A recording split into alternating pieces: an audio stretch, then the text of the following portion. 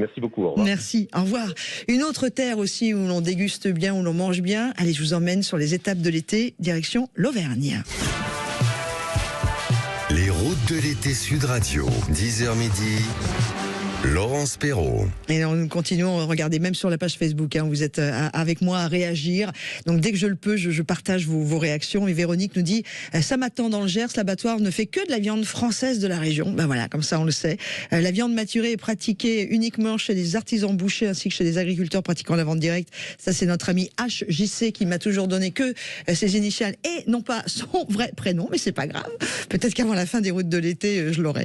On se balade maintenant, si vous le voulez bien, à la découverte de ce coin de France qui est l'un des plus beaux, comme beaucoup d'autres coins de France, mais l'Auvergne.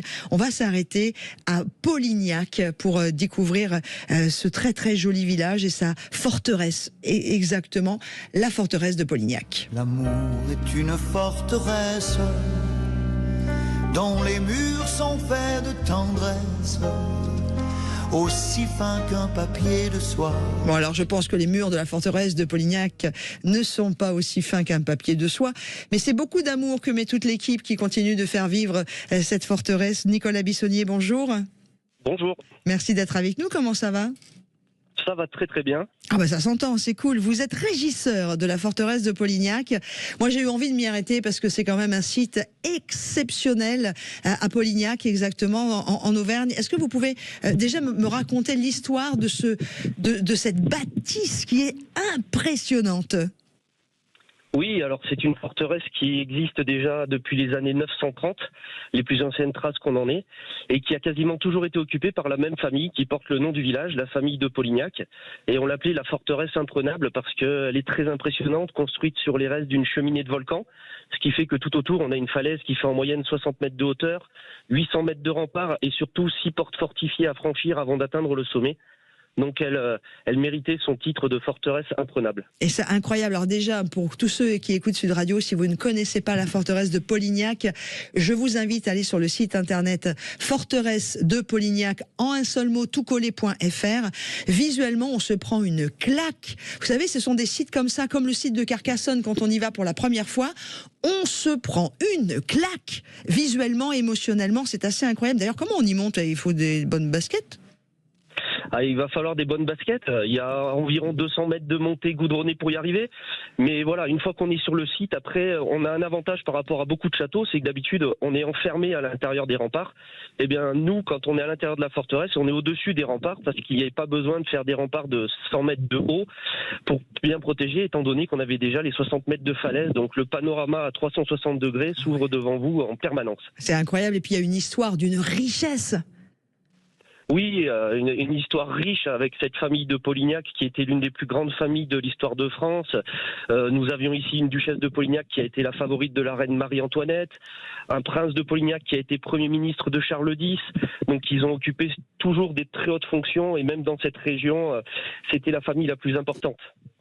Concrètement, qu'est-ce que vous me proposez quand je vais aller visiter la forteresse ? Évidemment, c'est mieux de le faire avec des visites guidées parce que c'est une histoire à voir et à écouter en même temps que on touche la pierre de cette forteresse et qu'on se laisse complètement envahir par une ambiance qui est très particulière.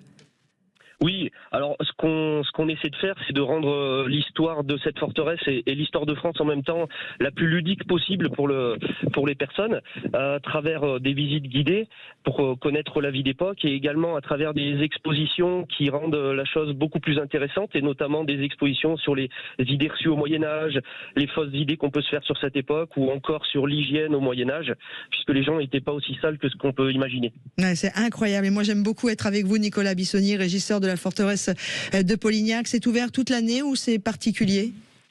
Alors on est ouvert de début février jusqu'à mi-novembre, donc on a une petite fermeture pour pouvoir bien préparer la saison suivante à chaque fois et toutes les animations qu'on va organiser tout au long de notre saison touristique. Vous avez un prix d'entrée ?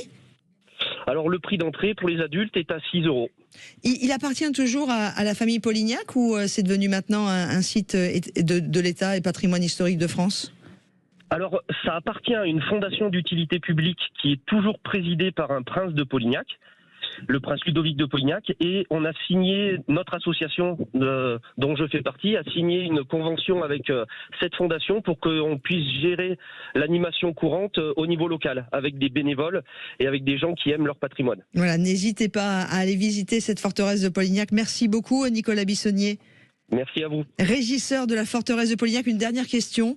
Travailler dans cet environnement historique qui remonte à plusieurs millénaires, avec cette histoire dingue, autant de la famille Polignac que de l'histoire de France, est-ce que c'est quelque chose qui vous émeut régulièrement, ou est-ce que, comme vous y travaillez tout le temps maintenant, vous ressentez moins ? Non, tout le monde m'en parle, donc c'est vrai que c'est assez particulier. Mon bureau est grand, il y a 3 hectares, donc j'ai la chance d'avoir un bureau avec une vue extraordinaire que peu de gens peuvent avoir. Et si je fais ça depuis 19 ans, c'est bien que ça me plaît. Ouais, merci beaucoup d'avoir été avec nous, Nicolas Bissonnier. Merci beaucoup, bon week-end. Merci à vous aussi. Et juste après, puisque nous étions sur la forteresse de Polignac, non loin, puisqu'on est dans la région du Velay, de Puy-en-Velay, on fait une étape sur le Puy-en-Velay. Je vous ai choisi aujourd'hui des étapes absolument sublimes à faire, à vivre, à voir et à boire. Bonjour Emmanuel Boyer. Bonjour. Directeur de l'Office du tourisme du Puy-en-Velay. Je dis à boire parce que je sais qu'il y a pas mal de vins dits de volcan et qu'en Auvergne on fait de plus en plus de vin, mais ce n'est pas là le propos de notre rendez-vous. Merci de nous accueillir. Vous êtes directeur de l'Office du tourisme de Puy-en-Velay. Là aussi, on l'a vu comme avec la forteresse de Polignac, c'est une ville, un bourg en fait qui ne peut pas laisser de marbre tellement le Puy-en-Velay est à découvrir.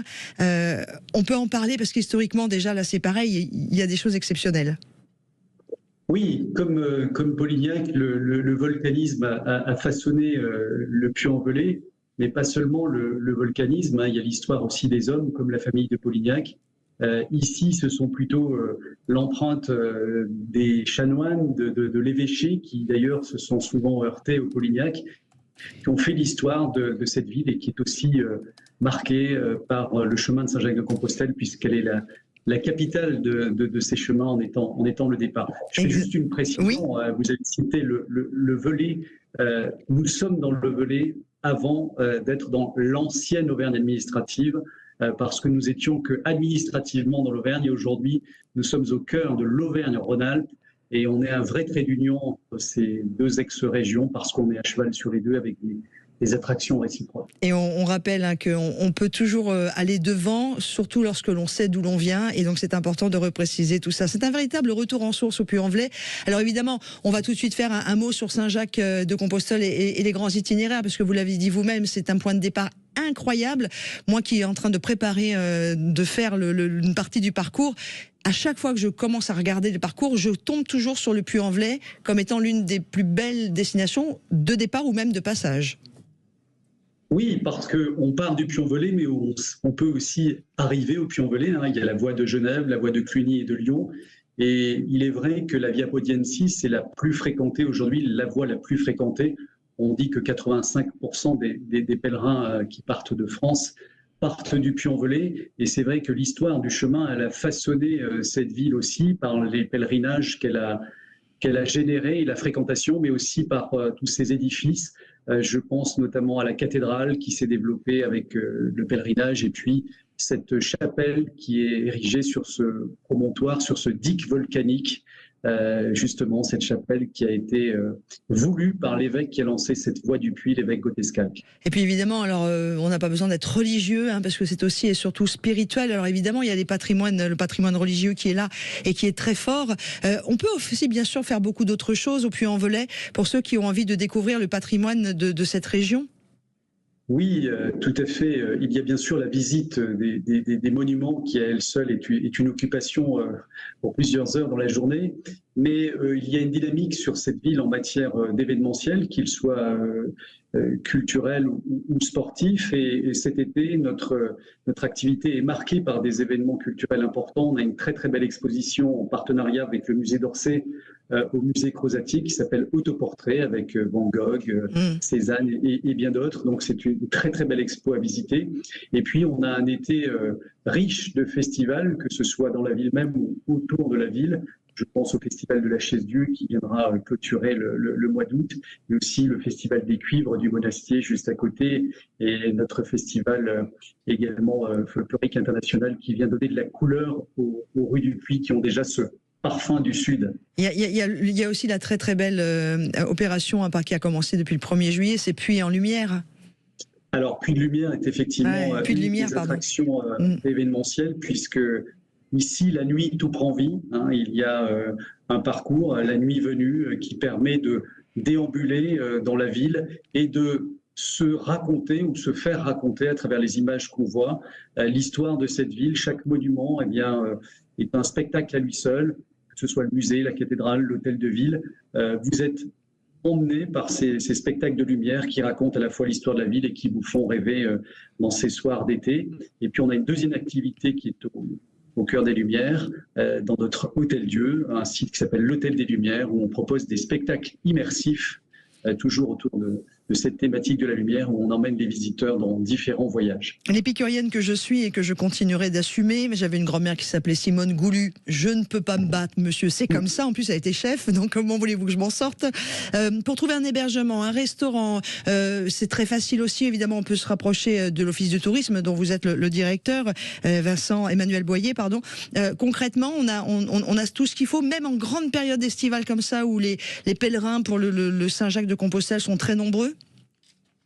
Il est quand même conseillé de préparer son séjour et de ne pas le faire au dernier moment, mais il y a une multitude de possibilités de séjourner au Puy-en-Velay et dans sa région, que ce soit bien sûr en matière d'hôtellerie, de gîtes, de chambres d'hôtes, et puis en matière de gastronomie, on a... Vive la lentille. Vive la lentille. Ouais. On a la chance d'avoir toute une jeune génération de chefs qui s'installent et qui viennent dans notre région. Il y a la lentille, mais il y a aussi le petit épeautre du Velay qui est en train d'émerger. Il y a des spécialités avec modération autour de la verveine du Velay. Et puis, il y a tous ces circuits courts incarnés par ces producteurs du Velay qui sont mis en avant et qui sont sublimés par nos chefs de la région. Et puis l'été, c'est surtout et également le moment et la saison idéale pour découvrir les marchés. Donc n'hésitez pas, parce que les marchés locaux sont toujours absolument sublimes.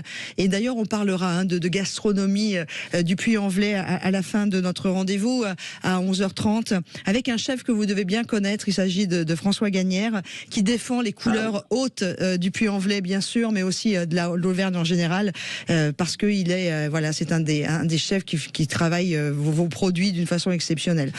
Dernier mot, parce que imaginez qu'au dernier moment, j'écoute Sud Radio, j'écoute Laurence, elle me donne envie d'aller voir le Puy-en-Velay.